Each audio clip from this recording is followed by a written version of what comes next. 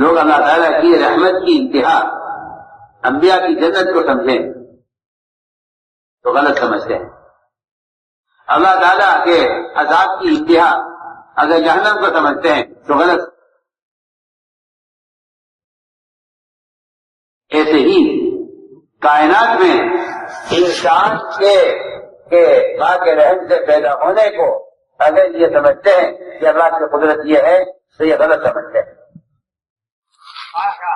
میں کچھ کہہ رہا ہوں، اگر اس نے چیزوں کے انسانوں کے پیدا ہونے کے لیے کائنات میں کوئی نظام بنا دیا ہے تو وہ نہ اس نظام کے پابند ہیں نہ یہ ان کی قدرت کی انتہا ہے۔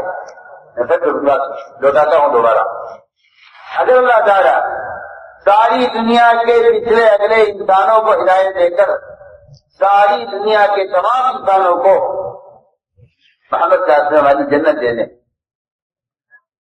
تو اللہ تعالیٰ کی یہ اللہ تعالیٰ کی رحمت کا ایک ذرہ ہے۔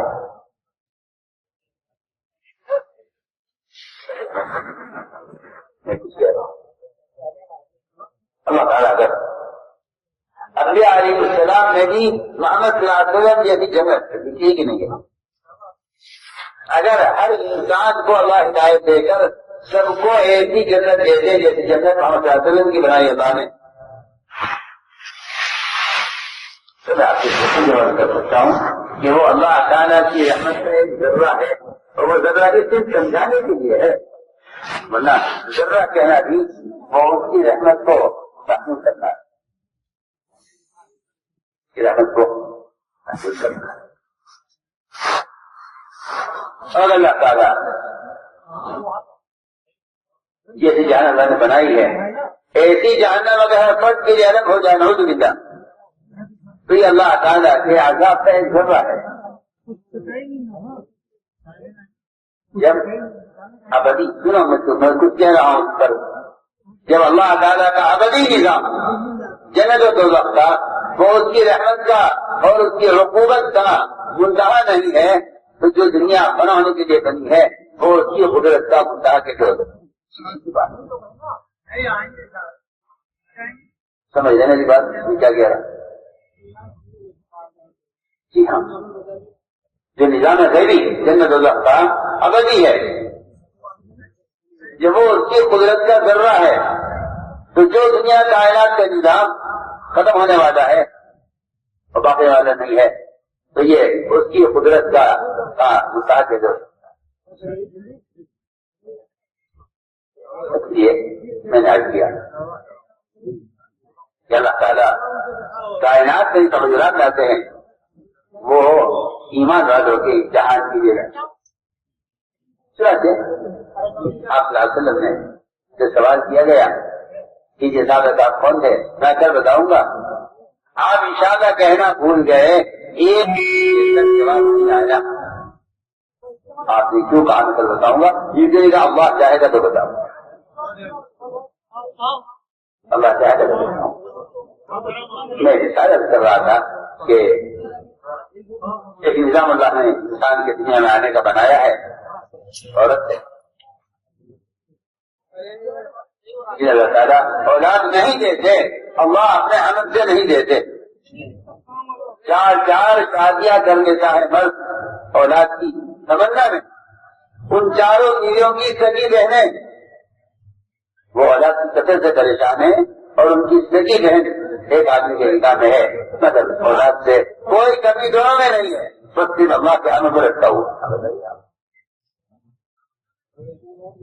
ایک سال میں خود سنایا کہ میں اولاد کی قطر سے پریشان تھا، بہت اولاد ہو گئی، بیوی بیچاری بیمار ہو گئی،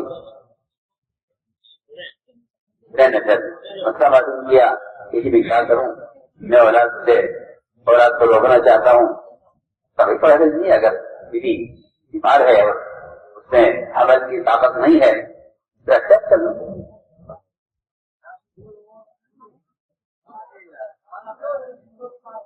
وہ احتیاط نہ ہو سکی اولاد ہو گئی، مجھے خود سنا انسان کہ میں نے پھر مشورہ کر کے اس کا آپریشن کرا کے میں نے اس کا رحمی نکلوا دی،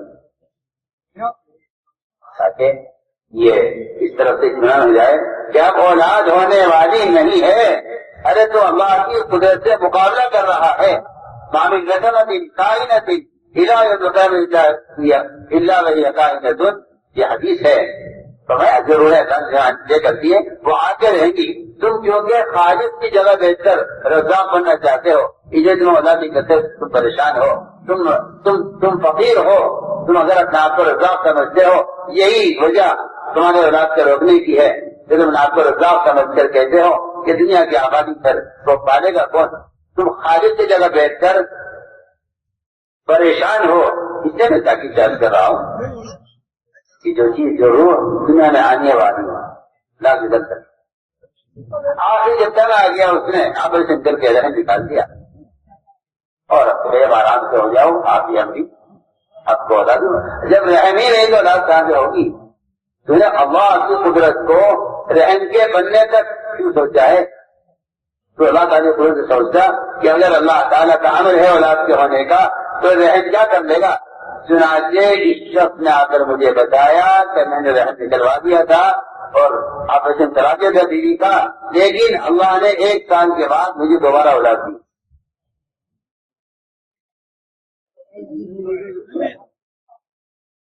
لگائیے میں تجربے آپ قدرت سے مقابلہ کرتے ہیں. وہ تو جو اسباب کے پجاری ہوتے ہیں وہ قدرت کے انکار کرنے والے ہوتے ہیں. اللہ کی شان.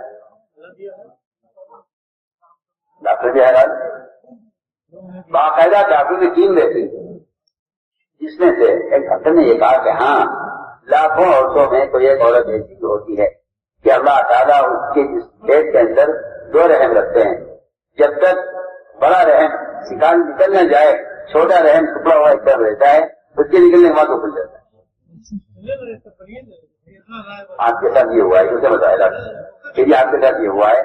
آپ کے بعد عورتوں کے لاکھوں عورتوں میں سے کوئی ایک عورت ایسی ہوتی ہے اس کے پیٹ میں 2 رحم ہوتے ہیں.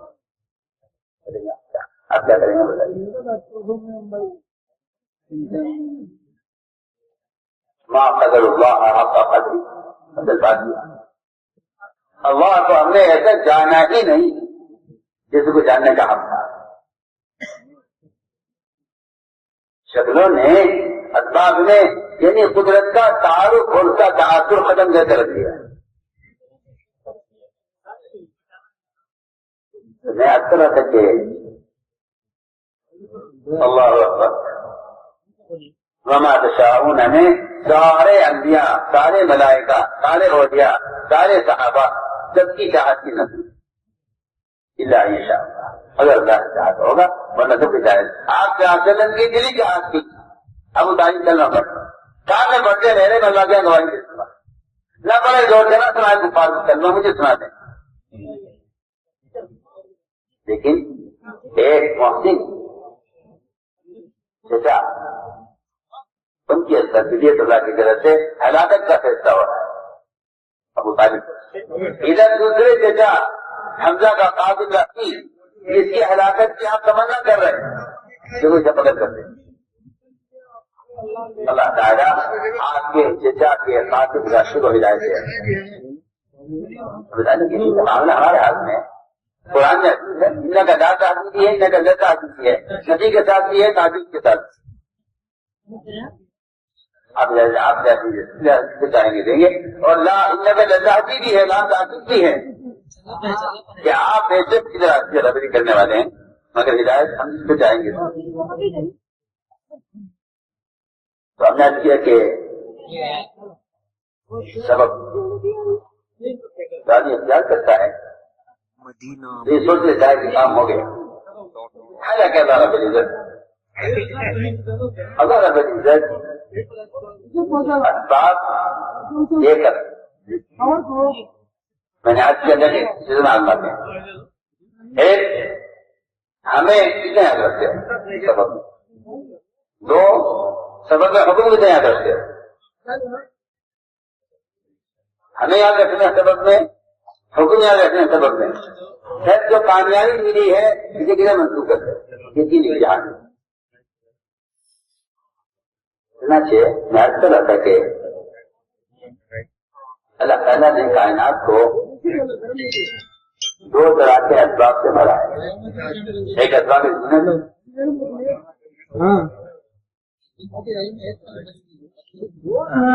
زینت اور دوسرا اسباب معیشت.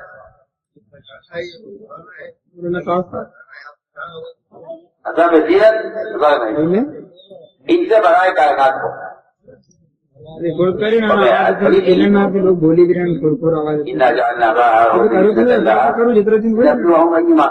کہتے دنیا کو مزین کیا اسی لیے ہے تاکہ ہم دیکھیں کتنا اچھا عمل کون کرتا ہے. ہاں وہ لوگ نا ہالینڈ یہاں پہ دھیرے دھیرے جانکار میں دھیرے دھیرے اللہ تعالیٰ نے صلی السلام کو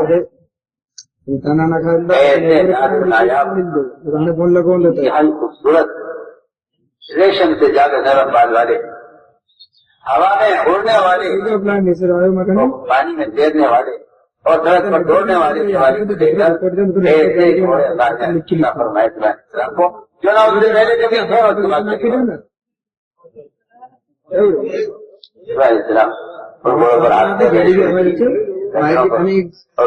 جیسے نرم بالوں کو دیکھ رہے تھے. اس کے دیکھتے دیکھتے ذہن دکھنے لگا اور اثر کی نماز پڑھا ہو.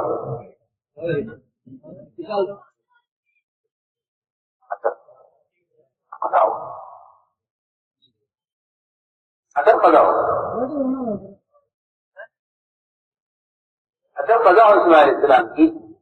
تو اس کا اتنا غم تھا کہ جس چیز نے میری نماز کو ضائع کیا ہے اس کا باقی رکھنا چاہیے. انہوں نے تلوار منگوائی, تلوار دی اور سارے گھوڑے کاٹ کے ختم کر. ایک نسل بھی باقی نہیں رکھی. جو چیز اللہ کے فریضے سے حاصل کرتے اس چیز کو ختم کر دینا چاہیے. اللہ کی شان, کیونکہ جنہیں اپنے عمل کے داخلے کا سچا کام ہوتا ہے, جنہیں اپنے عمل کے داخلے کا سچا کام ہوتا ہے, اللہ ان کے عمل کو ضائع نہیں کرتے. ایسا مجھے آج کی عقل پڑھنی ہے. چنانچہ سورج واپس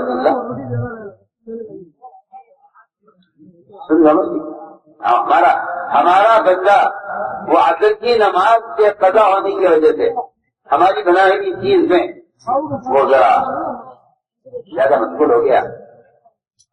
لیکن ایک قسم وہ ہے مسلمانوں کی, ایک قسم وہ ہے مسلمانوں کی. کیا بات پڑھنے کے بعد اگر یاد نہیں رہی تو کیا بات پڑھنے کے بعد ایسے بھی لوگ.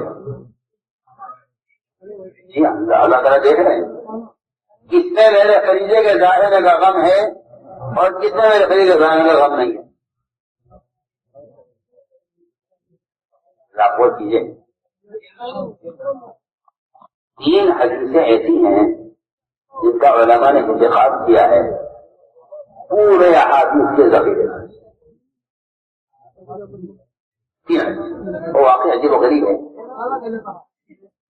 ایک حدیث لی ہے حقوق اللہ میں سے, ایک حدیث لی ہے حقوق العباد میں سے, ایک حدیث لی ہے ان دونوں لائنوں کے حقوق پر امت کو لانے کی محنت سے. سمجھنا میری بات کو, میرے الفاظ کو بول کرنے میں اہم بات. ایک حدیث لی ہے حقوق اللہ میں سے, ایک حدیث لی ہے حقوق العباد میں سے, ایک حدیث لی ہے ان تمام ان حقوق کے ادا کرنے پر امت کو لانے کی محنت سے. اور 3 حدیث والے فرمایا ہے کہ اگر کوئی شخص ان 3 احادیث میں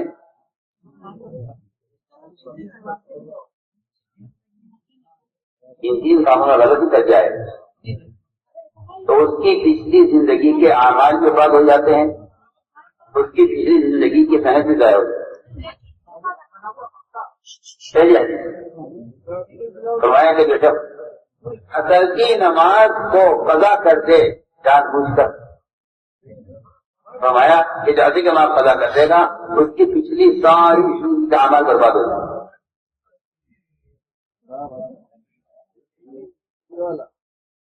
اصل کی نماز کوئی جان بوجھ کر آمدن قضا کر دے, فرمایا کہ اس کی پچھلی زندگی کے سارے عمل برباد ہو جائے.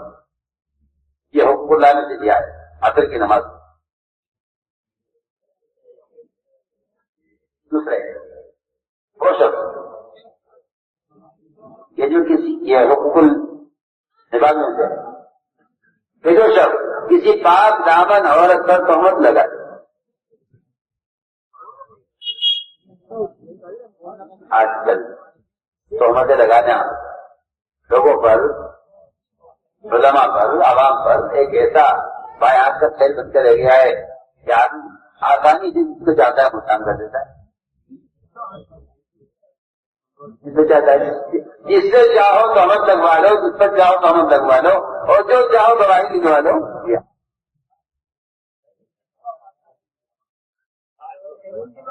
تمہیں کہ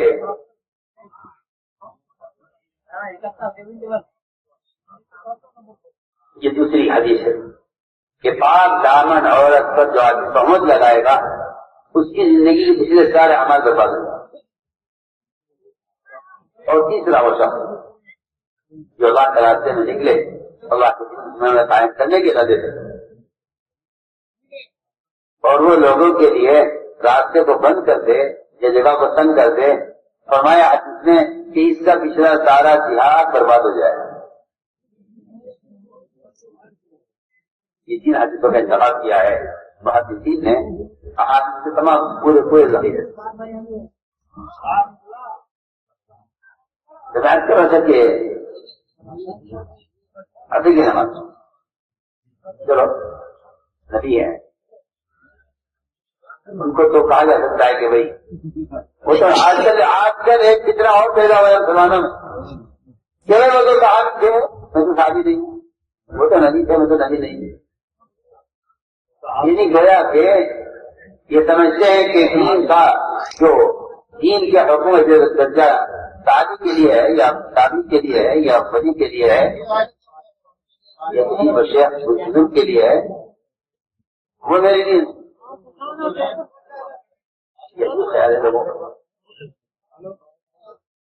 ایسا معلوم ہوتا ہے کہ ایمان کی سطح کو بھی لوگوں نے ایسے ہی درجات بنا کر تبدیل کر لیا ہے.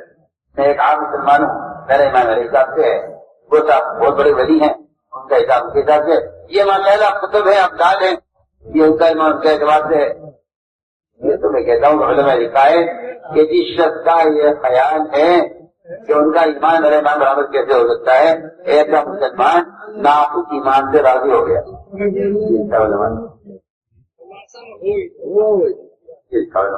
کہ ایسا مسلمان ناقص ایمان سے راضی ہو گیا. تو میں عرض کر رہا تھا کہ علیہ السلام یاترا قضا ہو، لیکن غم ہوا اس کا یاترا قضا ہو گئی ہے. اللہ نے ترنت واپس کیا. ادھر ایک آدمی 50,000 کا باپ جس پر ان کے پورے خاندان کا گزارا تھا، وہ نفل نماز پڑھنے کے باپ کے اندر وہ نفل نماز کے پڑھنے کے دوران اچانک نظر پڑی فرشتے پر. ایک روایت میں ہے کہ اس کا نکلنے کا راستہ نہیں مل رہا تھا، اور ایک روایت میں ہے کہ وہ انگور کی بیل سے انگور کھانے کا جو خوشنما منظر انہوں نے دیکھا، اس کو دیکھنے میں لگے.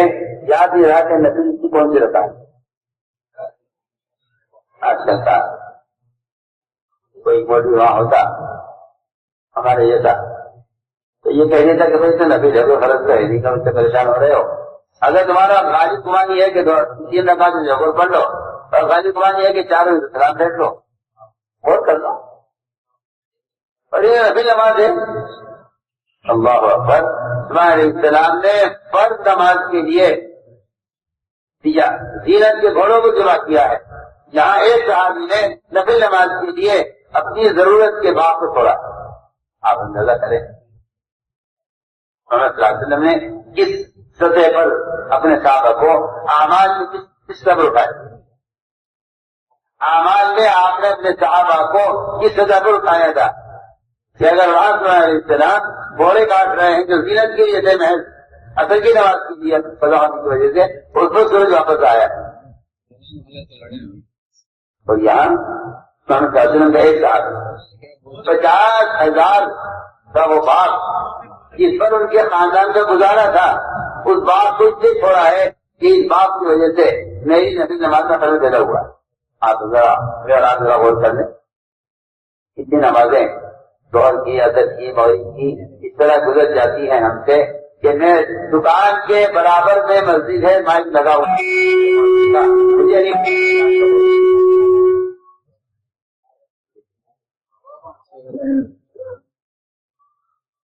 میں نے آج کیا دوستوں، اللہ تعالیٰ اسباب دے کر یہ پہلے امتحان دیتے ہیں کہ یہ مجھے ثابت کتنے عادت ہے، یہ ثابت کتنے ہے۔ دوسرا امتحان یہ ہے سبق میں کہ تم نے اس میں حکم پورا کیا یا توڑا۔ عجیب بات ہے کہ اللہ تعالیٰ کا نظام ایسا ہے کہ اللہ تعالیٰ معاشرے میں، ضروریات میں، تجارت میں، کھانے پینے کی چیزوں میں، ان تمام چیزوں میں اللہ تعالیٰ کا نظام یہ ہے کہ اللہ تعالیٰ جس چیز سے روکتے ہیں یہ نہیں کرنا ہے، اس میں ضرورت پیدا کرتے ہیں، اور جس چیز کے کرنے کا حکم دیتے ہیں کہ یہ کرنا ہے اس میں رکاوٹیں پیدا کرتے ہیں۔ سنیے آپ، ایسا نہیں ہے کہ تمام حرام کا لقمہ لے دو، حلال میں ڈل جائے تو حلال شاید اتر جائے۔ ہم دیکھنا چاہتے ہیں اگر ہم حرام کی شکلوں کو آسان کر دیں، جھوٹ، غبن، ملاوٹ، ہم شکلوں کو آسان کر دیں۔ ہم دیکھنا چاہتے ہیں مسلمان حرام شکلوں کو باوجود سہولت کے اور باوجود مال کی بہتات کے نظر آنے کے مسلمان نے چھوڑتا یا نہیں چھوڑتا، اور جب حلال راستوں میں، سنتوں کے اہتمام میں ہم رکاوٹیں پیدا کریں گے۔ مسلمان کے چلتے لے کے پیر تک اس کے حجی کی سنتیں، اس کی داڑھی کی سنتیں، ہم اسے رکاوٹیں پیدا کریں گے، قوانین لائیں گے، ہم لائیں گے قانون۔ ہم یہ دیکھنا چاہتے ہیں کہ تم اس کے خلاف کیا کوشش کرتے ہو۔ تو بہت بنیادی بات کر رہا ہوں، کیونکہ یہ مزاج مسلمانوں کا عالمی سطح پر بن چکا ہے کہ جتنے دین پر چلنے کی سہولت ہو اتنا اختیار کرو، باقی چھوڑ دو۔ اور اس سے بے وقوف ہے آپ درجے کے یہ کہتے ہیں کہ کہ بھائی شاید کا مطلب تو یہی تو ہے کہ اللہ نے تمہیں اس کا مکلف ہی نہیں کیا، تمہیں دعوت ہے جو کر سکتے ہو کرو۔ حالانکہ لا یکلف اللہ نفسا الا وسعہا، اس کا کہیں سے کہیں تک مطلب یہ نہیں ہے کہ جو آپ کر سکتے ہیں چیزیں آپ نہیں کر سکتے چھوڑ دیجیے، اس کا مطلب ہے لا یکلف اللہ نفسا الا وسعہا، اس کا مطلب یہ ہے کہ ہم نے انسان کو جن کاموں کا مکلف کیا ہے ہم نے اس میں اس کے کرنے کی طاقت رکھی ہے۔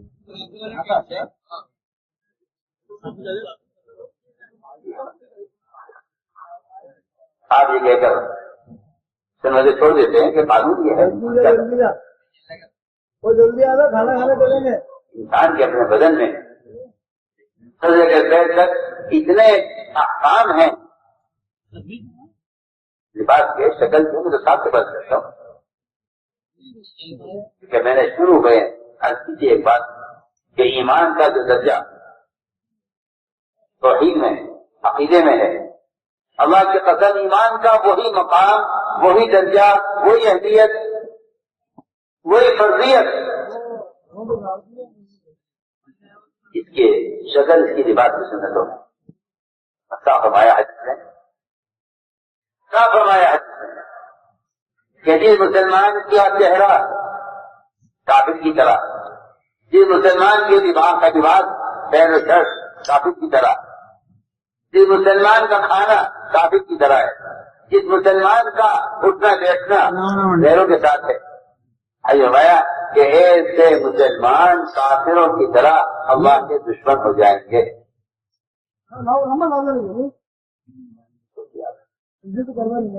آپ کسی جاہل نے یہ کہہ دیا ایسے داری سنت ہے اور سنت بھی لازم نہیں. آپ دیکھیے عادت دیکھیے آپ.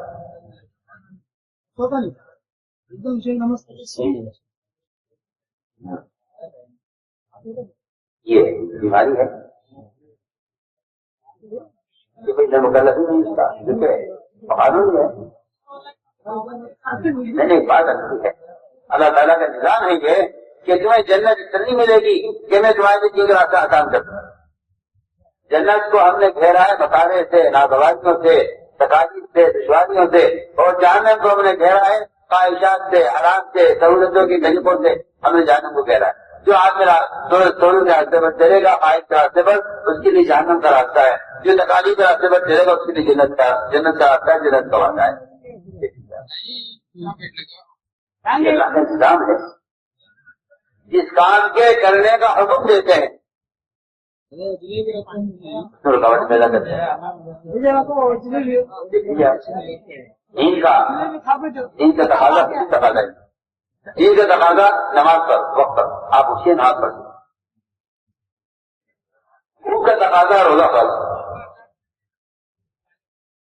مال کا تقاضا زکات پر، شہوت کا تقاضا زنا حرام. آپ کسی کو نامحرم تو آپ دیکھ نہیں سکتے، ورنہ جو آدمی نامحرم کو دیکھ لیتا ہے اس کی نماز کی حلاوت اس سے ہمیشہ کے لیے چھین لی جاتی ہے. ختم. کیونکہ حدیث میں ہے کہ نماز کی حلاوت صرف اس شخص سے محسوس ہوگی جو نامحرم سے نظر پڑھنے سے پہلے پھیلتے. سنت یہی ہے. آپ صلی اللہ علیہ وسلم نے دیکھا ایک عورت گدھے پر جاری تھی بیٹھی، اچانک اس کے گدھے کا پیر ایک گڑھے میں پڑا. ابھی وہ پیر اس کا داخل ہو جاتا گڑھے کے اندر، آپ نے فوراً نظر پھینکی. کیا ہوا؟ فرمایا آپ نے کہ اس کے گدھے کا پیر گڑھے میں پڑا ہے اور مجھے اس بات کا پورا اندازہ تھا کہ یہ گدھا جو ہے گرے گا اور اچانک یہ نیچے ہوگا تو جو عورت بیٹھی ہے اس کے اوپر گرے گی اور اس عورت کے گرنے اس کے کپڑے پھریں گے اور اس سے اس کا سطر غائب ہو جائے گا. اس سے میں نے پہلے سے نظر پھینکی.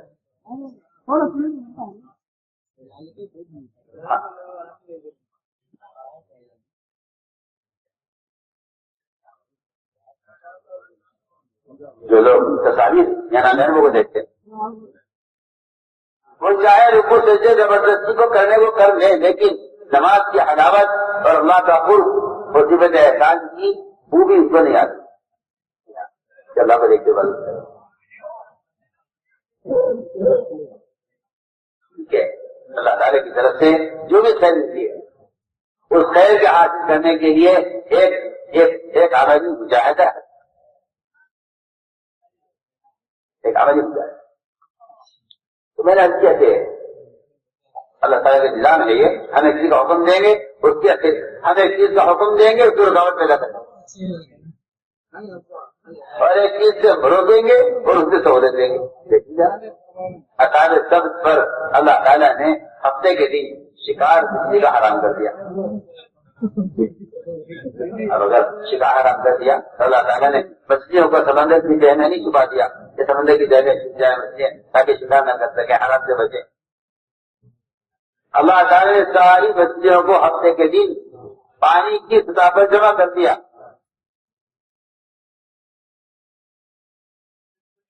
پانی نیچے تھا مچھلیوں کو پانی کہیں سے نظر نہیں آتا. پانی مفسرین نے لکھا ہے کہ پانی نظر نہیں آتا تھا. مچھلی پانی کی سطح پر آپس سے مل کر اس طرح مچھلیاں جمع ہو جاتی تھی پانی کی سطح پر کہ ہم دیکھنا چاہتے ہیں کہ یہ اب بھی کہتے ہوئے اللہ کا حکم ہے ہمیں بچے آواز شکاری کریں گے. اللہ نے منع کیا.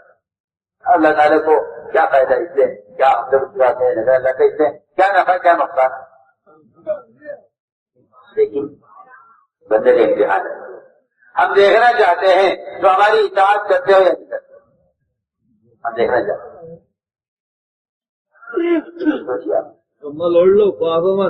مسلمان یہ سوچتا ہے کہ جس کام میں رکاوٹ اس کو چھوڑ دو. ارے وہ رکاوٹ ہے جو رکاوٹ اسی کام میں آئے گی اسے کرنا ہے اور سہولت اس کام میں کوئی جائے گی اسے کرنا نہیں. آپ سے بالکل واضح طور پر رہا ہوں، قرآن سے بھرے ہوئے ہیں. ان مع العسر یسرا، ان مع العسر یسرا، اس تکرار کا مطلب ہی یہی ہے کہ جو کام کرنے کے ہیں اگر تم نے، ہم اس کے اندر جو ہے دشواریاں پیدا کریں گے، رکاوٹیں پیدا کریں گے.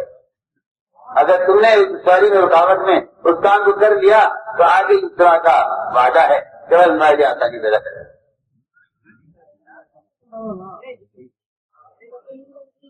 کیا کہ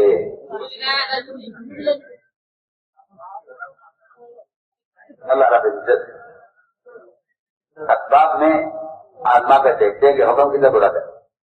تو میں نے عرض کیا تھا کہ نماز یاد آئی نہیں ہے آپ. اگر نماز یاد آ گئی اور آپ نے اس پر سبب چھوڑ دیا اپنا اسی طرح،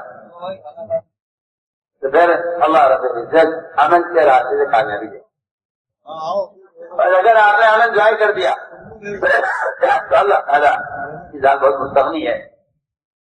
پھر ایسا ہوتا ہے کہ اللہ حفاظت فرمائے، پھر ایسے مسلمان اسباب کے راستے سے کامیاب ہوتے چلے جاتے ہیں یہاں تک کہ اللہ حفاظت فرمائے نعوذ باللہ کہ پھر وہ فرائض سے اور دین سے پوری طرح اٹھ کر لیتے ہیں اور ان کا یہ یقین بن جاتا ہے کہ یہی کامیابی کراتا ہے.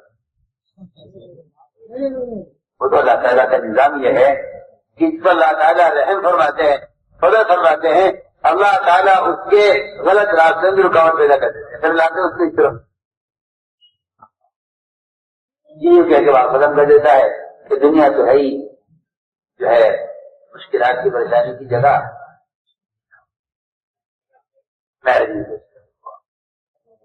میں نے اب تک عبادت کی ہے وہ یہ سمجھانے کے لیے کی ہے کہ اللہ تعالیٰ عقیدے میں ایمان کو کس طرح آتا ہے، احکام میں کیسے آتا ہے. اچھی بات یہ ہے میں نے شروع میں بات کی تھی، شاید آپ کو یاد ہو کہ جو درجہ ایمان کا توحید کا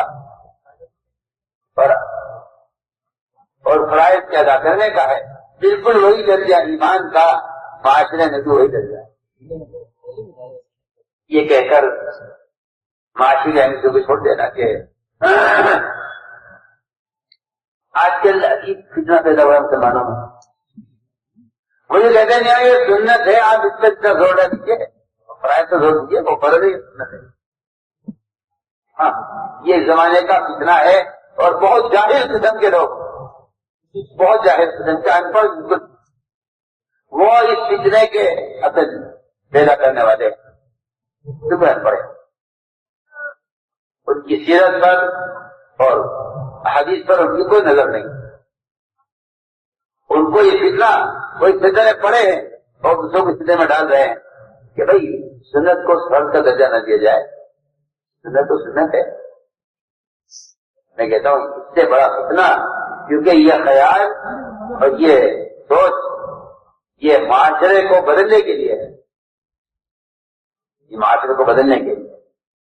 پر میں آپ کو ایک مثال کرتا ہوں.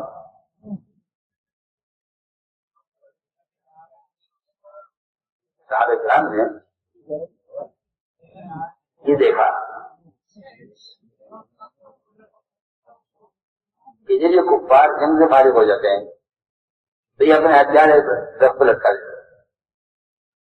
صحابوں کو اچھا لگا بہت کہ اس میں ہتھیاروں کی حفاظت بھی ہے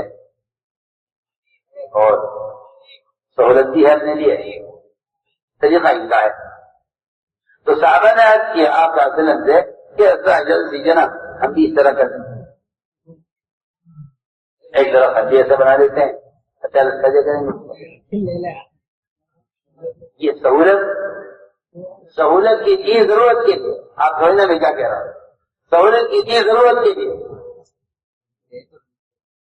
آپ نے کیا فرمایا صحابہ سے؟ آپ جواب سنیے آپ توجہ سے، آپ اس کو معاملے کی ذمہ سمجھ لیجیے میں کہہ رہا ہوں. آپ نے صحابہ سے فرمایا تمہارا مجھ سے ہتھیار لٹکانے کے لیے طرف کا مطالبہ کرنا بالکل ایسا ہے کہ جب موسیٰ علیہ السلام اپنی قوم کو لے کر پہلے قلزم سے پار ہو گئے اور بنی اسرائیل آپ کے ساتھ نجات پا گئے، فرعون غرق ہو گیا. تو وہاں سے گزرتے ہوئے ان کی نظر پڑی اس لوگوں پر جو ہے خود کی پوجا کر رہے تھے. تو بھائی شاہی نے کہا موسیٰ علیہ السلام سے اجعل لنا الہا کما لہم آلہہ، ہمارے لیے بھی ایک ایسا بت چل دیجیے، بنا دیجیے جیسے ان کے لیے بت ہے تاکہ ہم ان کی پوجا کریں. وہ سوال کر رہے کہ اللہ ہم بھی ایسا درخت کریں، ہم جیسا اس طرح ہمیں کر لیا کریں. آپ جواب دے رہے تمہارا یہ سوال ایسا جاہلانہ سوال ہے کہ جاہلانہ سوال بنی اسرائیل کہتا موسیٰ علیہ السلام سے کہ ہمارے لیے بھی ایک ایسا کچھ کر دیے دیں گے. کہاں درخت پر ہتھیار لٹکانے کا سوال، بلکہ میں اس اگلی بات کرتا ہوں. یدی آپ اگلی بات سنیے. جو یہود اسلام لے آئے مسلمان ہو گئے تو پکے سچے مسلمان. قرآن پر ایمان آپ کا، آپ پر ایمان، آپ کے لائے وکیل پر ایمان، اللہ پر ایمان، پکے سچے مسلمان ہو گئے.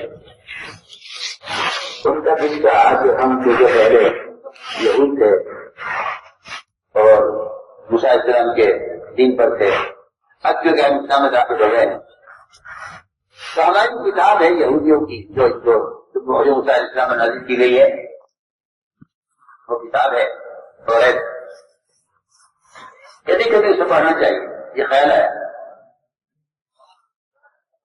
جیسے آج کل کے مسلمانوں نے یہ بھی خیال کیا ہوا ہے کہ ٹھیک ہے قرآن کو پڑھتے ہی ہیں برکت کے لیے، لیکن بائبلی بھائی سے کیا ہے.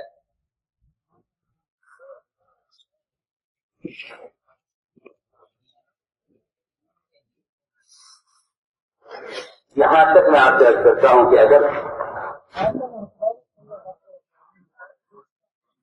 ایسا کیا گیا تو مسلمان یہ کہے گا کہ اس زمانے کے حالات کے اعتبار سے اور اس زمانے کے مسلمانوں کی جو ذاتی صورتحال ہے اس کے اعتبار سے بائبل کے جو احکام ہیں وہ زیادہ مناسب معلوم ہو. میں کہتا ہوں یہ تحریف اس لیے ہوگی اور خیال آپ کو کسی کام کا کسی چیز کے بدلنے کا اس لیے خیال آئے گا کہ آپ نے ایک چیز کو ضابطہ سمجھتے ہوئے آپ نے دوسری چیز کی طرف توجہ دی. ہم آپ سے بہت بنیادی بات کرتے رہتا ہے. آج اگر کوئی مسلمان نوز باللہ اسے مسلمان کیا کہا جائے اگر قرآن کی ایک آیت کو بدلنا چاہتا ہے یا اس کا گدھے کا خیال یہ ہے کہ اگر یہ آیتیں نہ ہوں تو پھر جھگڑا ختم ہو جائے گا. اس لیے کہ قرآن میں جو تحریک ہوتی تھی وہ عقل کی وجہ سے ہوتی تھی. میں تو شروع سے کہہ رہا ہوں خدا کے لیے اس عقل کو چھوڑ دو، عقل بھی چھوڑ دو عقل بھی چھوڑ دو. دونوں چیزوں سے دین کا کوئی تعلق نہیں، نہ عقل سے نہ نقل کا.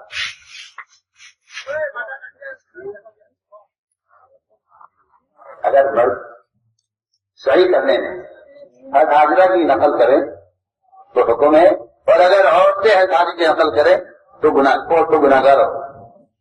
ٹھیک ہے، شریعت کا مراد نہ عقل کرے نہ نقل کرے. سنیے آپ، اگر آج کوئی عورت حج حاضرہ کی نقل کرے گی تو گناہگار ہوگی کہ وہاں عورت سے دوڑنے کی اجازت نہیں ہے، مرد سے دوڑنے کا حکم ہے. حالانکہ عورت سے دوڑنا ثابت ہے حاضرہ کا، مرد وہاں کوئی دوڑنے والا نہیں تھا. اسی لیے ہے کہ وہاں کوئی مرد نہیں تھا تو عورت دوڑی تھی. اب مردوں کے درمیان عورت دوڑے گی کہ عورت کا جسم پردہ ہے، عورت دوڑنے کی ضرورت نہیں ہے. حالانکہ سنت حاضرہ کی ہے، عورت کو دوڑنے کا حکم ہے. میں ایک مثال دے رہا ہوں. دنیا میں آج کل لوگ اپنے لگاتے ہیں نا دین میں عقل لگاتے ہیں. آپ حضرت کے حالات کچھ نہیں، حکم ہے حکم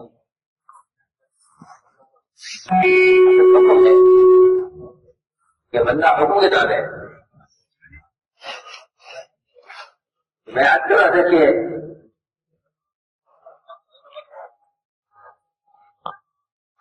اللہ تعالیٰ حکم لاتے ہیں، حکم کا پورا کرنا آسان ہے. ورنہ یہ دین میں تحریر کر لیتے بھی عمل ہے. چنانچہ میں عرض کر رہا تھا کہ کیا مسئلہ پیش آیا، آپ کو ناگواری کس چیز کو یہ بتائیے. سارا حضرت مکر آج اگر مختار اسلام زندہ ہو کر آ جائیں ان کے لیے کوئی نجات کا راستہ نہیں سر. اگر تم کے طریقے پر عمل کیا تم گمراہ ہو جاؤ گے، تمہیں اپنے طریقے پر عمل کیا تو وہ کامیاب نہیں ہو. کر رہا ہوں کہ تلاوت اور اس پر حکم نازل ہوا کانپور میں داخل ہو جاؤ. ادھر حاضر ادھر ہوگا روزہ حالانکہ ایسی عبادت ہے جو نظر نہیں آتی. حاضر کرو جائیے حاضر ادھر کی کرتے ہیں بولے بھی رہتے حاضر روزہ. یہ دن ہے، اس دن ہمیں فرعون سے نجات ملی تھی تو ہم اس کے شکرانے میں ایک روزہ رکھتے ہیں. فرمایا صحابہ سے کہ ہم زیادہ حقدار ہیں شکر کے، اللہ کا شکر ادا کرنے کے، لہٰذا ہم ان کی مخالفت میں 2 روزے رکھیں.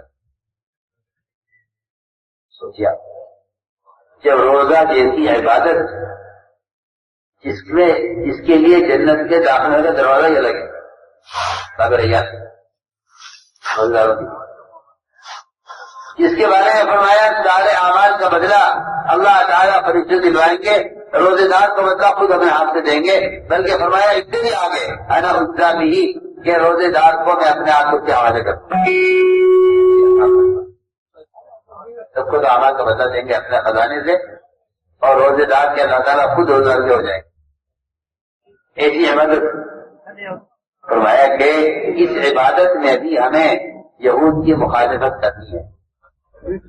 سوچیے آپ یہاں تو شکل میں، لباس میں، کپڑوں میں، شادیوں میں، کھانے میں، کمانے میں، گھر بنانے میں، تمام تقریبات میں سب میں یہودیوں کے طریقے ایسے جزوے زندگی بن کر رہ گئے.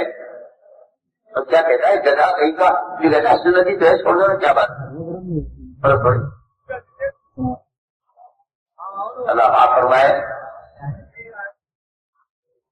ایک ایسی عادت بن چکی ہے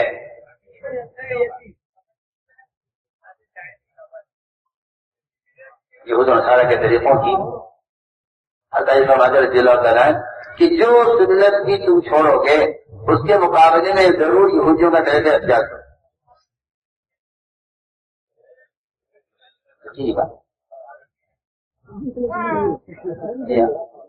اب سنت طریقے سے کھانا ختم تحریر لگی ہوئی ہے. سوال ایسا بے وقوف ہے، سوال کیا کرے گا کہ ٹیبل کھانا حرام ہے؟ بتائیے آپ حرام ہے؟ آپ جو ٹیبل کھانا منع کرے حرام ہے؟ ایسا معلوم ہوتا ہے کہ دین گرتے گرتے گرتے گرتے حرام پر آ کر رکھا ہوا ہے.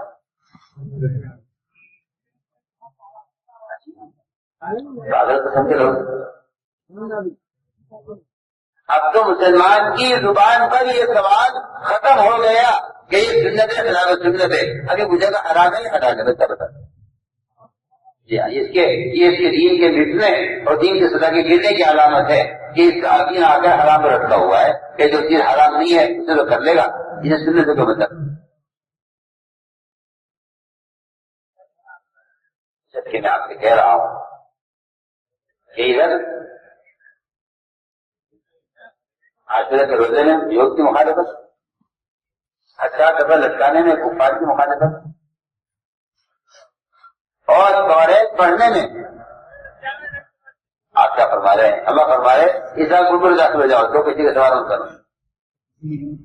یہ تو میں کہتا ہوں کہ عبادت کا تلاوت کا عمل ہے روزہ اور توریت کا پڑھنا. سنیے کسی بے وقوف آدمی نے یا کسی فاسق نے کرتا ہوں جو مسلمان یہ کہتا ہے کہ اسلام کی کوئی لباس نہیں وہ آدمی اللہ کے قسم فاسق ہے. وہ آدمی فاسق ہے جو کہتا ہے اسلام کوئی لباس فاسق ہے.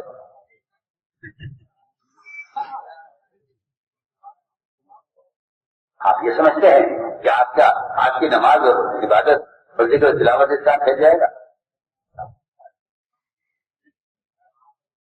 میں تو شروع میں کر چکا ہوں اسلام کی جاذبیت معاشرے معاملات اور اخلاق میں ہے، وہ جاذبیت کسی عبادت میں نہیں.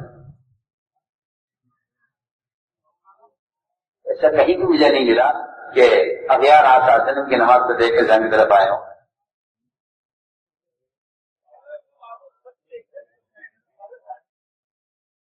تو مسلمان کے لیے ہے سلو کا ہمارا اجمانی وسلی، ورنہ غیروں کے لیے آپ کے یہاں سوائے اخلاق اور معاملات کے آپ غور کیجیے. تو میں نے کیا کہ یہ ایک طریقے بن چکی ہے، سب یہ سنت ہے، فرض تو ہے آپ کی اس پر حساب کر رہے ہیں.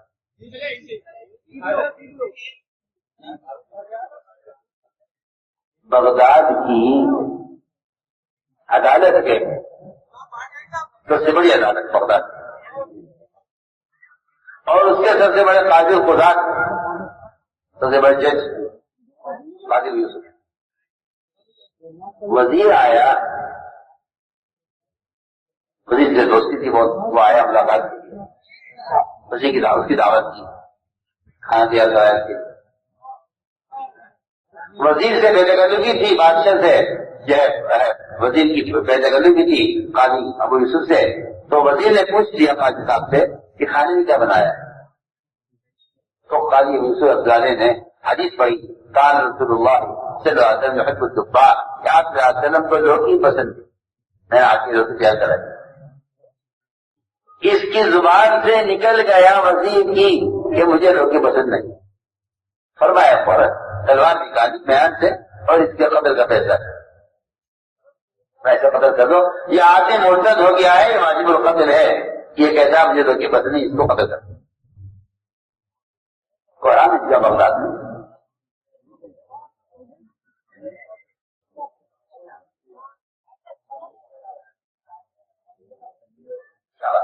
لیکن اس نے کہا ضرورت پسند ہے. آپ وہ چیزیں آپ کے آسلم کی ایک کھانے کی چیز جس کے لیے آپ کی بحثت نہیں ہوئی ہے، جو آپ کے خودی کی کوئی چیز نہیں ہے، کھائے یا نہ کھائے، اس کا انکار کر دینے پر فیصلہ ہو گیا جس کی طرف سے کہ یہ آدمی مرتد ہے، یہ واجب القتل ہے. مرتد ہے اسلام. علماء کی جماعت بیٹھی، بیٹھ کر غور کیا گیا. فیصلہ یہ ہوا کہ یہ وزیر دوبارہ کلمہ پڑھ کے اسلام میں داخل ہو جائے اور اس کی بیوی کا اسے نکاح دوبارہ کرا دیا جائے تو اس کی جان بچ سکتی ہے، ورنہ واجب ہوگا. ایک زمانہ ایسا تھا سننے لوگ یہ سب بس ہے کہ اگر مسلمان اپنے جسم کی، اپنے سجدے کے بیٹھنے کی ان سنتوں کو وہ واجب کا درجہ نہیں دیتا تو یہ فاسق ہے، یہ فاسق ہے. اور یہ بات صاف فرما دی گئی ہے کہ جس آدمی کی شکل، اس کا لباس، اس کا کھانا، اس کا اٹھنا بیٹھنا غیر مسلموں کے طریقے پر غیروں کے ساتھ ہے، ایسے مسلمان کافر کی طرح اللہ تعالیٰ کے دشمن ہو جائیں گے. یہ صحیح روایت ہے. اور اس روایت اس لیے نقل کرتا ہوں خاص طور پر کہ عام طور سے لوگ اس روایت کو جانتے بھی نہیں ہے، بیان بھی نہیں کرتے.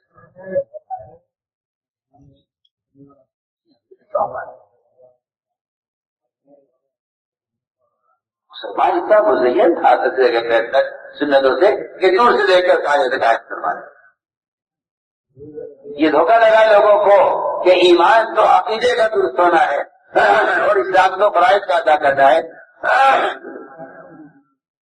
اور یہ دھوکہ کہاں سے لگائے؟ آج کل لوگ کہتے ہیں بھائی دیکھو کسی کے ظاہر کو مت دیکھو، کسی کے ظاہر کو مت دیکھو. آپ کو کیا معلوم کسی کا دل اندر سے کتنا صاف ہے؟ میں تو صاف سے بات کرتا ہوں کہ جس آدمی کا ظاہر سنت سے صاف ہے، جس آدمی کا ظاہر سنت سے صاف ہے، اس کا ایمان بھی سنت سے صاف ہے، اس کا دل بھی ایمان سے صاف ہے. پکی پکی بات واضح ہے کہ جب مسلمان کو غیر مسلموں کے طریقے اچھے لگنے لگے اور سنتوں پر عمل کرنے سے یہ کترانے لگے تو سمجھ لینا کہ ان کے دل میں کفر نے جڑے جما دی، ان کے دل میں کفر نے جڑے جما دی کہ مسلمان کو غیروں کے طریقے اچھے لگنے لگے اور سنتوں پر سنتیں انہیں معیوب لگنے لگے تو سمجھ لینا کہ کفر نے ان کے دل میں جڑے جما دی ہیں۔ تو میں کہتا ہوں اتنا بڑا شیطان نے دھوکہ دیا ہے کہ میں تو تہجد پڑھتا ہوں، میں تو ذکر کرتا ہوں، اور میں تو بیت فلاں سے بیت ہوں، اور میں تو یہی اعمال کرتا ہوں، آپ کو کیا معلوم میری تنہائی کیسی ہے؟ آپ میرے ظاہر کو دیکھ رہے ہیں، صرف لباس سے شکل کو دیکھ رہے ہیں، آپ میرے ظاہر کو مت دیکھیے۔ اور پھر اس پر اتنا ہی نہیں ہے بلکہ کہتے ہیں کہ ہمارے حضور اکرم صلی اللہ علیہ وسلم نے کہ بھائی دل کا حال سمجھا جانو، سنیے تو صحیح ہے بات آپ غور سے، یہ حدیث دل بن گئی ہے ایسے لوگوں کے لیے کہ بھائی کسی کے ظاہر کو مت دیکھو، دل کا حال اللہ جانتے ہیں، دل کا حال اس کے وجہ سے نظر آ رہا ہے سب بات۔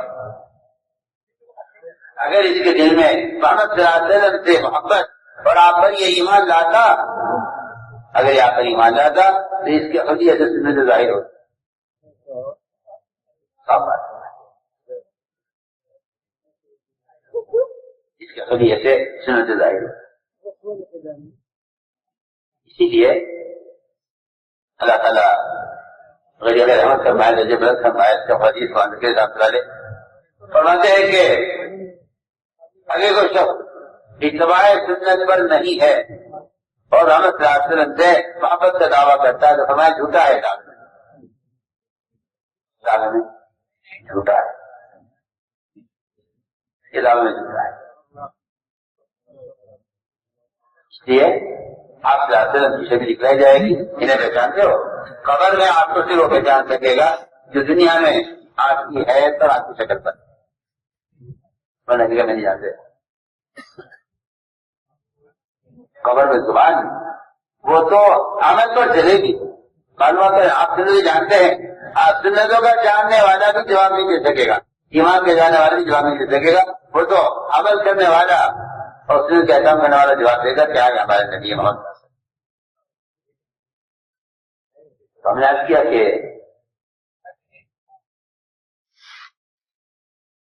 لوگ یہ کہتے ہیں کہ ایمان دل کی چیز ہے، ہم کہتے ہیں نہیں، ایمان دل سننے کی چیز نہیں، ایمان تو آزاد سے ظاہر ہو کر رہے گا۔ غلطی کہاں سے ہوئی ہے؟ ایک کافر نے حضرت مقداد پر حملہ کیا، مجھے ہاتھ کاٹ، حضرت مقداد تلوار کو اس کے پیچھے کیا، جب تلوار اس کے سر پر آئی کافر کے، اس نے کہا کہ جو لا الہ الا اللہ۔ آپ نے بتایا کہ مقداد تم دل کا حال کیا جانو، تو اس کے دل میں کیا تھا؟ آپ سوچیے، اس کو مسلمان نے اپنے سنتوں کے حریت سے آزاد ہونے کی دلیل بنایا ہے کہ ایمان دل کی چیزیں ظاہر سمجھ ہے۔ اتنی میں کہتا ہوں کہ اس کی بے وقوفی کی سوچ، اس لیے میں صاف ستھرا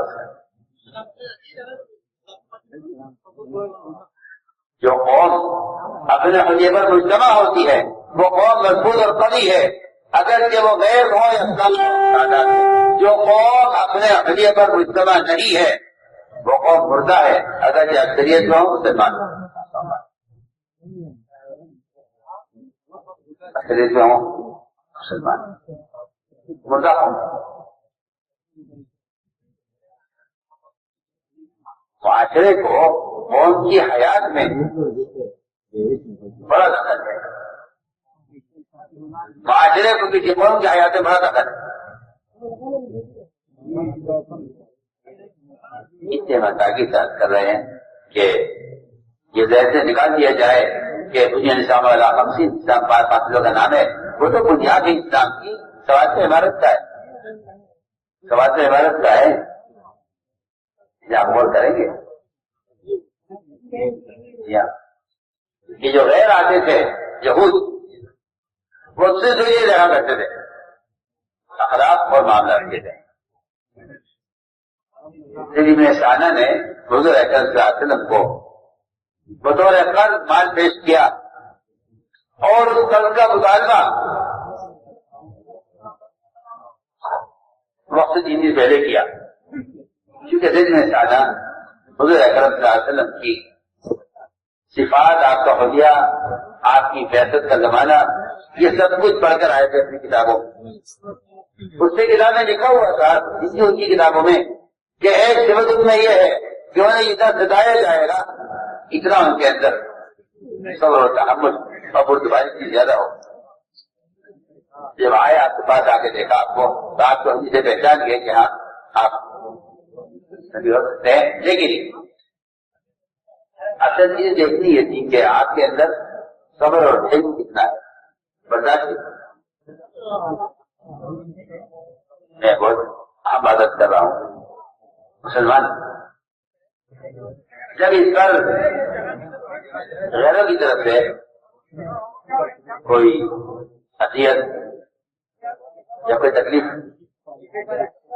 یا کوئی نقصان پیش آتا ہے تو یہ سب سے پہلے اپنے آپ کو مظلوم سمجھ کر مقابلے پر آ جاتا ہے۔ حالانکہ یہ بات میری آپ یاد رکھیے گا کہ مسلمان کے مظلوم ہونے کے لیے، مسلمان کے مظلوم ہونے کے لیے تقویٰ، اطاعت، تعلق مع اللہ فرائض کی ادائیگی اور دعوت اللہ کی فریضے کا ادا کرنا، یہ سب چیزیں مسلمان کے مظلوم ہونے کے لیے بنیادی شرط ہیں۔ آپ جو ہمیں توجہ دیں، اگر یہ فرائض کو ضائع کر کے ظالم بن گیا، اگر یہ معاملات کو کے آداب کو توڑ کر ظالم بن گیا، اگر یہ ساری سنتوں کے طریقوں کو چھوڑ کر فاسق بن گیا، تو پھر اس کو ظالم کہا جائے گا، اس کو مظلوم نہیں کہا جائے گا۔ مظلوم ہے بے شک، وہ ہے مظلوم جو اپنے اللہ کے درمیان اس نے کوئی ظلم نہیں کیا ہے، ورنہ قرآن صاف کہہ دیا ہے کہ الذین آمنوا ولم یلبسوا ایمانهم بظلم اولئک لهم الامن، کہ امن تو مسلمانوں کے لیے ہے جنہوں نے اپنے اسلام میں، ایمان میں کفر کی آمیزش نہیں کی ہے۔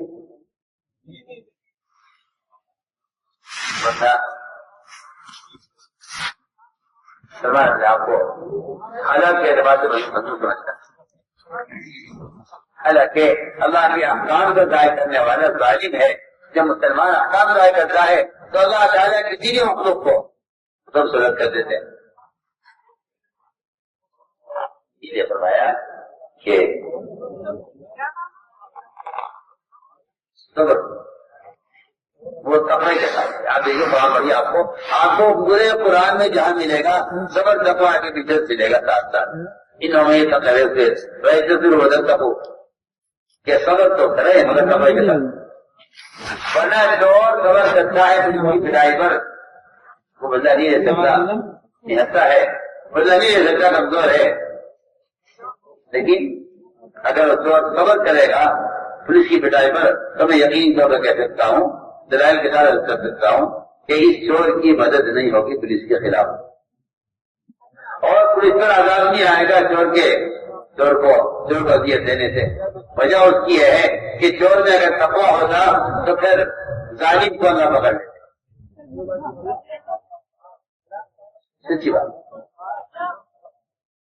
بات بالکل صاف۔ آدمی اپنے اللہ کے درمیان اپنے آپ کو ظالم نہیں سمجھتا، اپنے مخلوق کے درمیان اپنے آپ کو مظلوم سمجھتا ہے۔ ہم نے کیا کہ انبیاء علیہ السلام کے اندر ایک صفت صبر، ایک صفت صبر، وہ صبر یہ ہے کہ اگر یہ ہمیں آزمانے کے لیے ہمیں ستائیں گے تو ہم صبر کریں گے۔ آپ سے ہم نے خود ہی صبر کیا، دیکھ لیجیے آپ 13 سال مکہ مکرمہ کے جن اذیتوں میں گزرے ہیں، کہاں جا کر مقابلے کی اجازت ملی ہے؟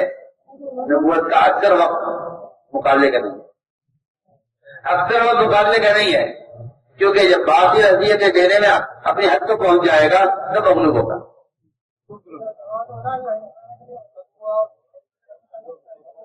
آپ صلی اللہ علیہ وسلم نے خود ہی صبر کیا اور آپ نے اپنے صحابہ کو بھی صبر کا عادی بنایا۔ جب صحابہ نے شکایت کی کہ رسول اللہ یہ حالات کب تک ہوں، تو آپ نے یہ فرمایا کس دن کی بات ہے؟ آپ نے فرمایا کہ تمہیں اگر ان اذیتوں پر تمہیں صبر نہیں ہو رہا ہے تو پچھلوں کی اذیتیں یاد کرو۔ تم سے پہلے انبیاء علیہ السلام کو آروں سے چیر دیا گیا ہے، ان کے لوہے کی کنگھیوں سے اور لوہے کے کانٹوں سے ان کے جسم کے گوشت کو نوچ کر کھرچ کر ہڈیوں سے الگ کر دیا گیا ہے۔ یہ آپ نے بیان فرمایا صحابہ کے سامنے کہ تم ان حالات میں بے صبرے ہو رہے ہو۔ میں نے عرض کیا کہ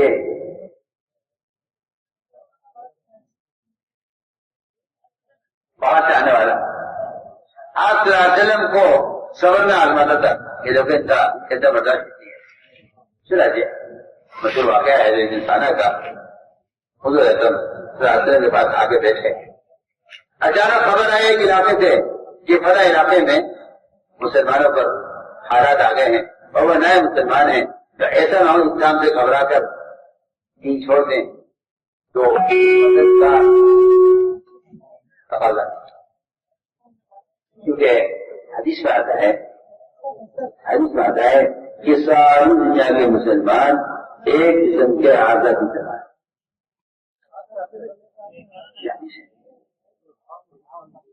مسلمان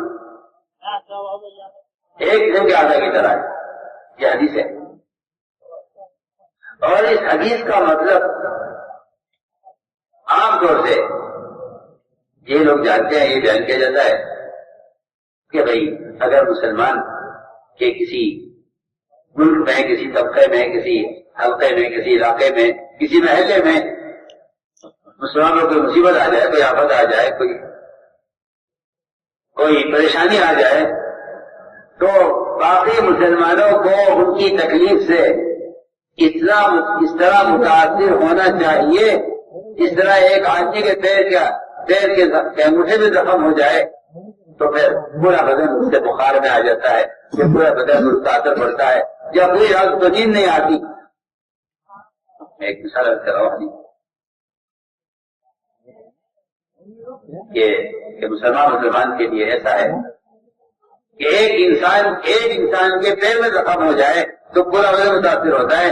اس طرح ایک علاقے کے مسلمانوں پر اگر فاقہ آ جائے، سیلاب آ جائے، تنگی آ جائے، زلزلہ آ جائے، کوئی وبا میں پیدا ہو جائے یا کوئی مصیبت پر آ جائے، اس کے لیے ساری دنیا کے مسلمانوں کو اس طرح متاثر ہو جانا چاہیے۔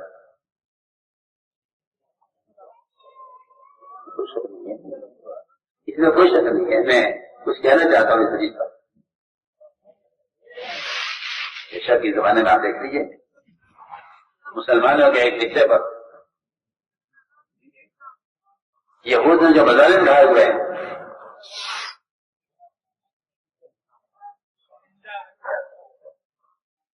ابھی ہماری ملاقات کے لیے گئے تھے مفتی تقی عثمانی سے زیارت کے لیے، ملاقات کے لیے، کچھ ان سے علمی استفادے کے لیے بھی،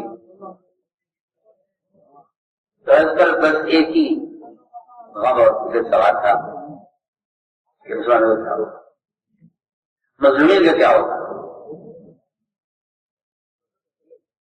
اور میں سمجھتا ہوں کہ ان مظلومین کا اگر ہم تعاون نہیں کر سکتے ہیں تو خدا کے لیے کم سے کم ان کی دشمنوں کی بنائی ہوئی چیزوں سے ادنا فائدہ اٹھانا بھی اللہ سے پسند، ان مظلومین پر ظلم کو بڑھانا ہے اور ظالموں کے ساتھ شریک ہونا ہے۔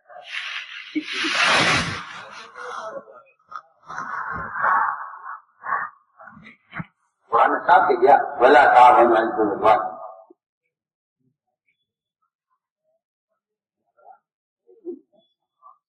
جب کسی شخص پر فارغ کا اثر ہو جاتا ہے ہاتھ یا پیر میں شرر آ جاتا ہے تو ڈاکٹر اس کے پیر میں سوئی جما کر جو اس کے پیر کے اوپر اپنی چابی بڑھا کر دیکھتے ہیں اگر یہ ہل جائے اور چیخ مارے تو کہا جاتا ہے بس آپ کا مریض بالکل خطرے سے باہر ہے ٹھیک ہو جائے گا کوئی گھبرانے کی بات نہیں. اور اگر اس کے پیر میں سوئی چبائی جائے اور اس کا پیر نہ ہلے اور وہ چیخ نہ مارے کہتے کہ آپ کا مریض تو جب تک زندگی بستر پر رہے گا یہ لائے. آپ میں تو کہتا ہوں کہ اگر عالم کے کسی کونے میں کسی مسلمان پر ظلم کیا جائے اور دوسرے ملک کا مسلمان اس ظلم سے متاثر نہیں ہے اس کا مطلب ہے کہ ان پر ان کے بدن پر پانی پڑا ہوا ہے.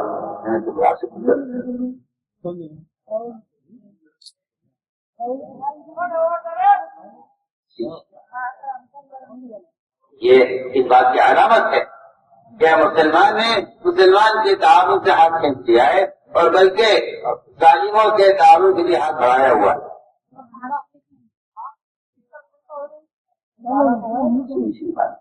اگر ایک پانی کی بھی بوتل بھی آپ اگر خرید کے پیتے ہیں ظالم کے تعاون کے لیے تو خدا کی قسم آپ مظلوم کا خون پینے میں سے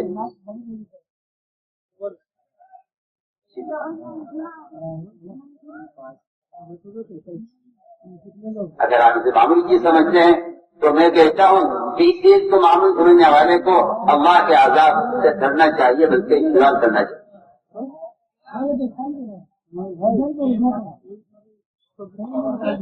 صحابہ کرام کی مواعظ اور ان کے وصایا میں نے سب سے زیادہ جس چیز پر زور دیکھا ہے وہ مظلوم کی بددعا سے بچنے پر زور ہے. دیکھو مظلوم بددعا سے بچنا مظلوم بددعا سے بچنا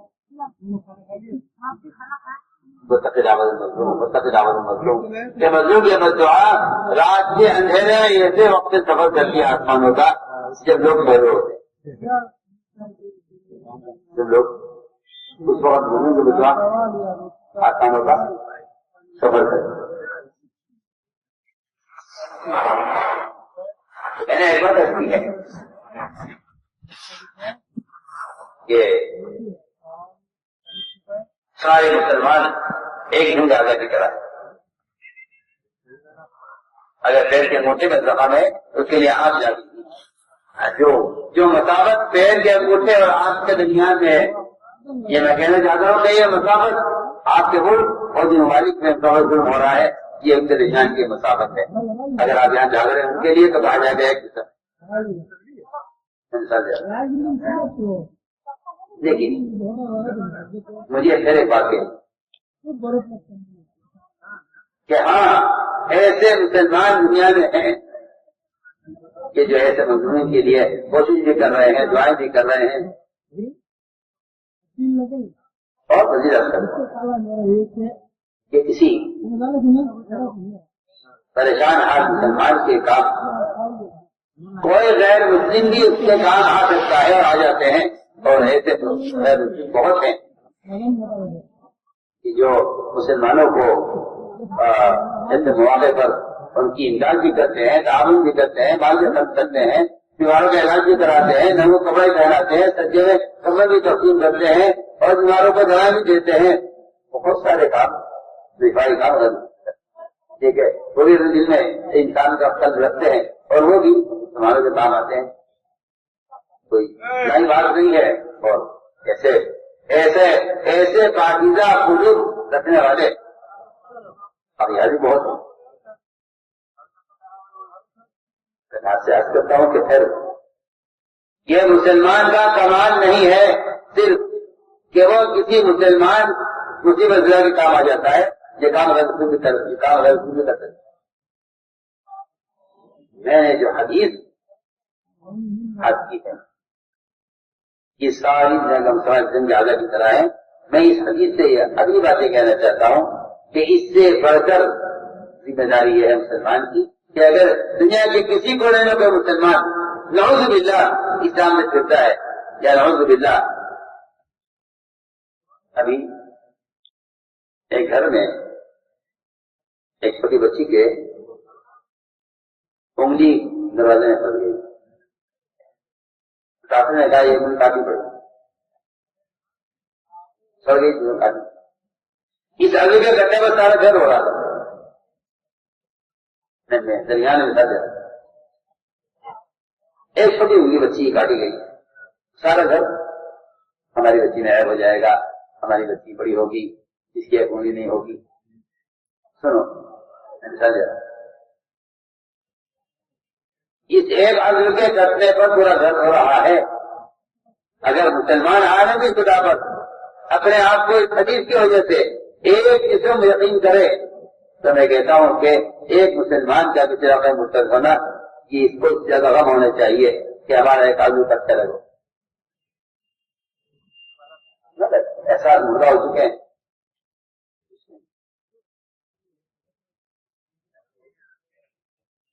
ایک آدمی مرتد ہوا دونوں کے زمانے میں, حضور نے فرمایا اللہ اطعمتہ رغیف, ارے تو نے اسے یہ کی روٹی کیوں نہ کھلائی اور تم اسے پراٹھے کھلائے ہوتے تو وہ مرتد کیوں ہوتا. شاید تم سے ہی کوئی کمی ہوئی ہے اس کے حق میں جس سے وہ اسلام سے بدزن ہو گیا. اگر اس کو تم روٹی کھلاتے چھپی دیکھے گی تو شاید سارا مرتد ہو گیا. یا تم نے ضرور یہ فرمایا اس مرتد ہونے والے کے علاقے کے لوگوں سے یہ فرمایا کہ وہ مرتد اس سے ہو گیا کہ شاید تم نے اس کا اکرام نہیں کیا. تو میں یاد کرنا چاہتا تھا ایک بات کہ حدیث جو میں نے بیان کی ہے, اس حدیث کے یہ دو رخ ہیں. اس حدیث کا تقاضا یہ ہے کہ مسلمان کے جانی اور مالی نقصان کے ذریعے متاثر ہو اور اس سے زیادہ بہتر حد کر رہا ہو, کیونکہ جانی مالی نقصان آبادی کے نقصان آتا رہتا ہے. اگر کوئی مسلمان کوئی فریضہ ضائع کرتا ہے تو دنیا کے مسلمانوں کو اس کے اس فریضے کے ضائع ہونے پر اس طرح متاثر ہو رہا ہے. یہ حدیث کا میں نے دوسرا مفہوم کیا ہے.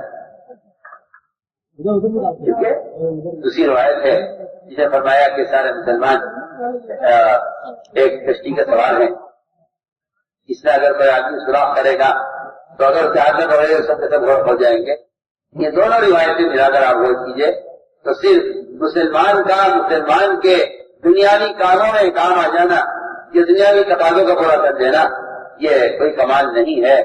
اصل تقاضا اس کا ہے کہ مسلمان کی بے دینی سے اور مسلمان کے فرائض سے ضائع کرنے سے اسی طرح متاثر ہو جس طرح ایک آدمی کے اپنے بدن کے کٹنے سے اس کا بدن متاثر ہوتا ہے, یا بدن کے ایک عضو کی بیماری کا اثر پورے بدن پر پڑتا ہے. دل میں سانا آیا تو صحابہ سے تمہیں فلاں علاقے میں فقر آ گیا ہے, ان کی مسجد کوئی اسلام ہے, صحابہ نے ہمارے فرمایا ابو بکر عمر سب دیکھا کہ کچھ یہ بیٹھے دل میں سانا. انہیں موقع اچھا لگا, انہوں نے فوراً اپنے پاس سے سونا نکالا آپ کے لیے. آپ نے پیش کیا اور یہ کہا سونا لیجیے اور مسلمانوں کی مدد کر دیجیے. تو میں نے کہا تھا کہ مسلمان کی مدد غیر مسلم بھی کر دے گا, مسلمان کی مدد غیر مسلم بھی کر دے گا, مگر غیر مسلم اسلام کی مدد نہیں کرے گا. اسلام کی مدد صرف مسلمان ہی کر سکتا ہے. میں بہت کام کی بات آپ سے کہہ رہا ہوں. یہ جو آج کل ایسے مالدار قسم کے لوگ جو مچھلیاں بنا دیتے ہیں, مدرسے بنوا دیتے ہیں اور جو ہے پانی کی کنویں اور پانی کی چاول لگوا دیتے ہیں, جو بیماروں کے اسپتال کسی کا بنا دیتے ہیں, اللہ نے مان دیا ہے. وہ سمجھتے ہیں ہم نے کام پورا کر دیا کیونکہ ہم نے مسلمانوں کی ضرورت کا انتظام کیا ہے. میں آپ صاحب سے بات کرتا ہوں کہ ایسا کوئی بھی خیر کا کام کرنے والا اگر وہ مسلمان کو اللہ کے فرائض پر لانے کی کوشش نہیں کر رہا ہے, سنو میں کچھ کہہ رہا ہوں, اگر مسلمان کو اللہ کے فرائض کرنے کی کوشش نہیں کر رہا ہے تو یہ مسلمان کی مدد کر رہا ہے جس کے لیے اسلام بھی شرط نہیں ہے, اس کے لیے یہ مسلمان کی مدد، یہ مسلمان کی مدد کر رہا ہے، اس کے لیے اسلامی شرط نہیں ہے، غیر مسلم یہ کام کر سکتا ہے۔ مسلمان ایک غیر مسلم مسلمان کی مدد کر سکتا ہے، لیکن اسلام مدد نہیں کرے گا، اسلام مدد نہیں کرے گا۔ اسلام کی مدد تو مسلمان ہی کر سکتا ہے، مسلمان چلو وہ تعصب کا واضح والا کر،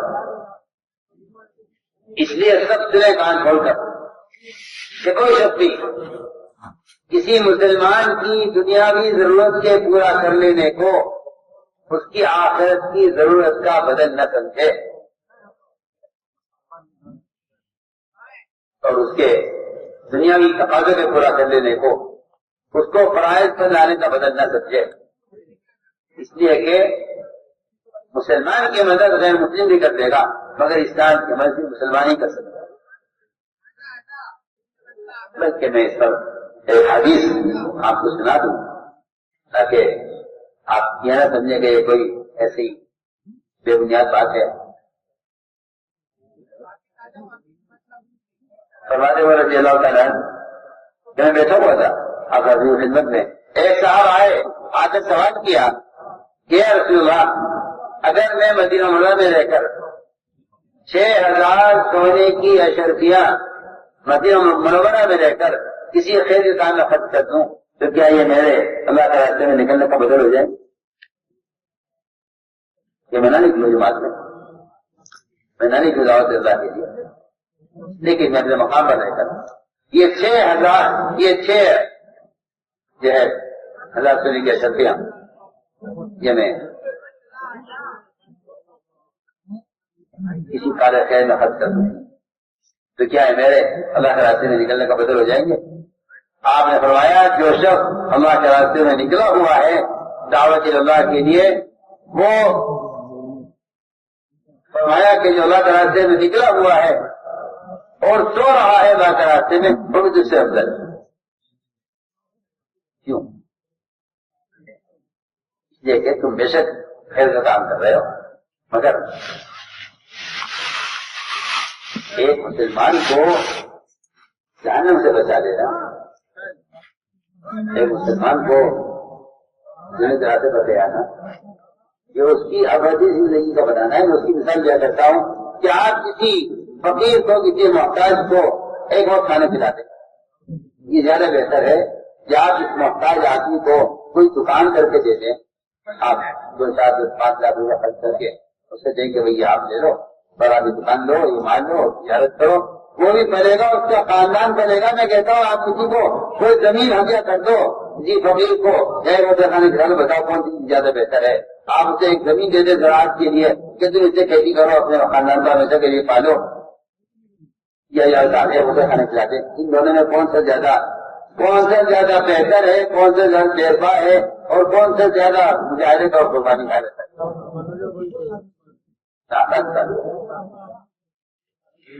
آپ کسی انسان کی وقتی طور پر اس کی دنیا بنا دیں، یہ اس کے آخرت کے مقابلے میں ایک لقمے کی بھی حیثیت نہیں رکھتی۔ وہاں کی بھوک ابدی ہے، وہاں کا عذاب ابدی ہے۔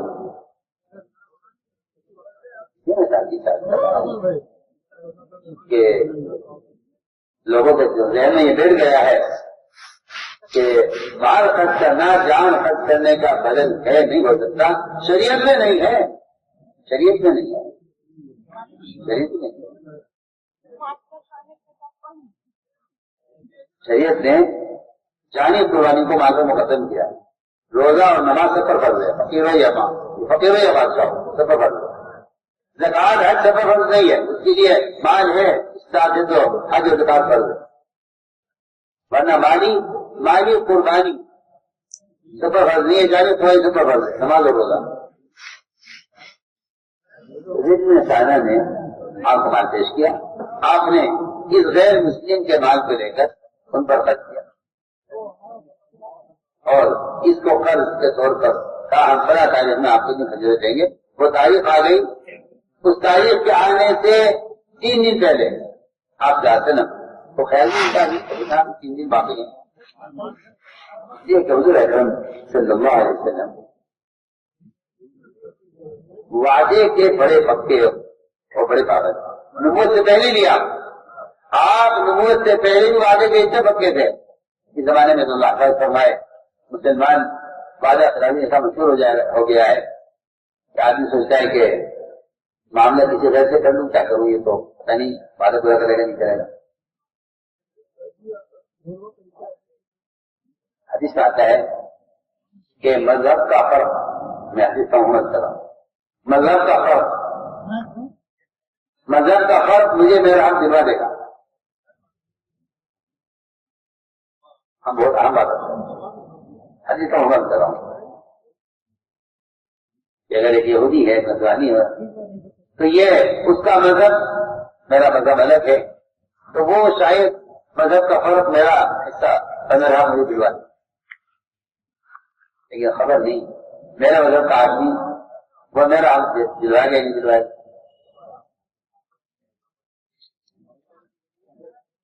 میں دل چاہتا ہے کہ آپ رات کو ایک واقعہ سنا کہ جب مسلمان معاملات میں بگڑے گا تو اس کے بگاڑ کا کیا اثر پڑے گا ماحول پر. اور اگر یہ معاملات میں حکم آ گیا تو اس کے معاملات اسلام میں داخلے کا کیسے دروازہ کھولیں گے. میرا دل چاہتا ہے دونوں واقعات کرواؤں.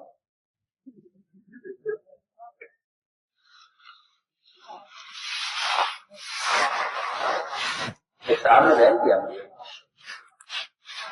کہ ایک نصرانی میرا دوست تھا بچپن سے برابر کا گھر بالکل ایک ہی بات سیدھا میرا کہ بچپن سے ساتھ رہے، ساتھ پڑھا، ساتھ رہے، روزانہ کبھی نہ جلا. یہ ماشاءاللہ ٹھیک ٹھاک مسلمان اپنے اس لیے کہ غیروں سے اخلاقی طور پر ملنا یہ تو ان کے خیر کی طرف آنے کا ذریعہ ہے، اور ان سے ان کے مذاہب، ان کے طریقے اور ان کی رسومات اس اعتبار سے ملنا یہ مسلمان کے بیر ہونے کا ذریعہ ہے. تو کہہ رہا ہوں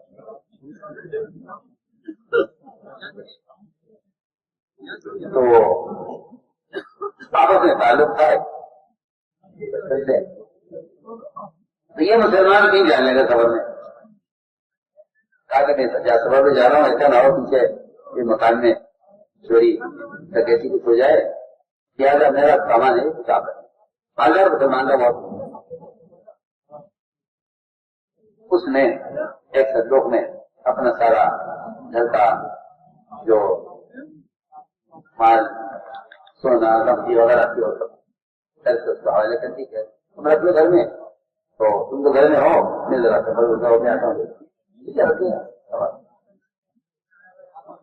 سفر سے واپس آیا، آ گئی ملاقات کی سے کہ بھائی وہ ہمارا سامان دے دو.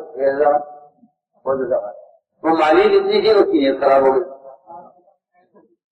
ایسے سامان کہ وہ میں آپ کے پاس صفائی دیا تھا کہ آپ کی میری کوئی ملاقات نہیں ہوگی، آپ کا میرے پاس کوئی سامان نہیں ہے.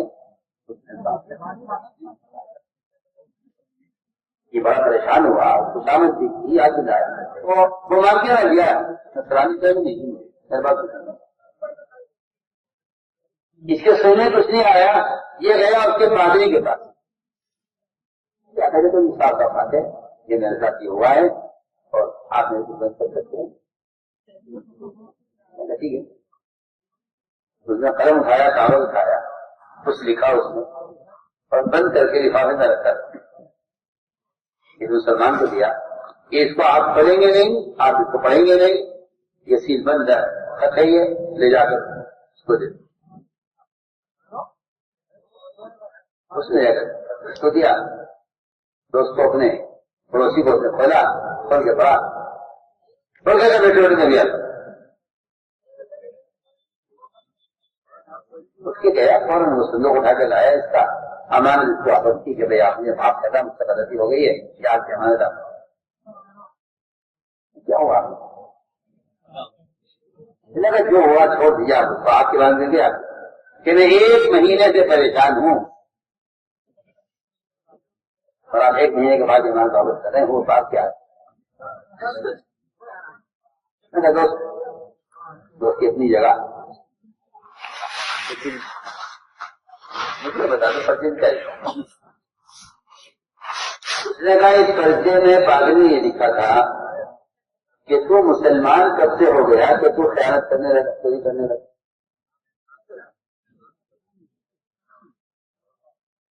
میں کہتا ہوں جو واقعی یہ ایسا عبرت ناک میرے راستے ایک واقعہ ہے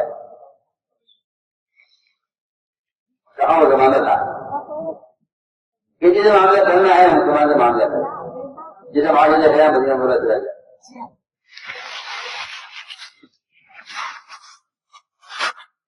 شہرت سلمان کے معاملات کی تھی کہ ساری اقوام کو ان کے معاملات کے فطرت وہ قیامت سے نکل کر ہمارے دل میں آتے تھے وہ بحیرت نکل کر ہے کہ بہت آتے تھے وہ بد اخلاقی کے ماحول سے نکل کر یہاں سے اخلاق والوں سے آ کر یہاں آتی کہتے ہیں واپس نہیں جائیں گے وہاں معاملات کچھ نہیں ہے وہاں معاشرہ کچھ نہیں ہے ان کے اخلاق خراب ہو جاتا ہے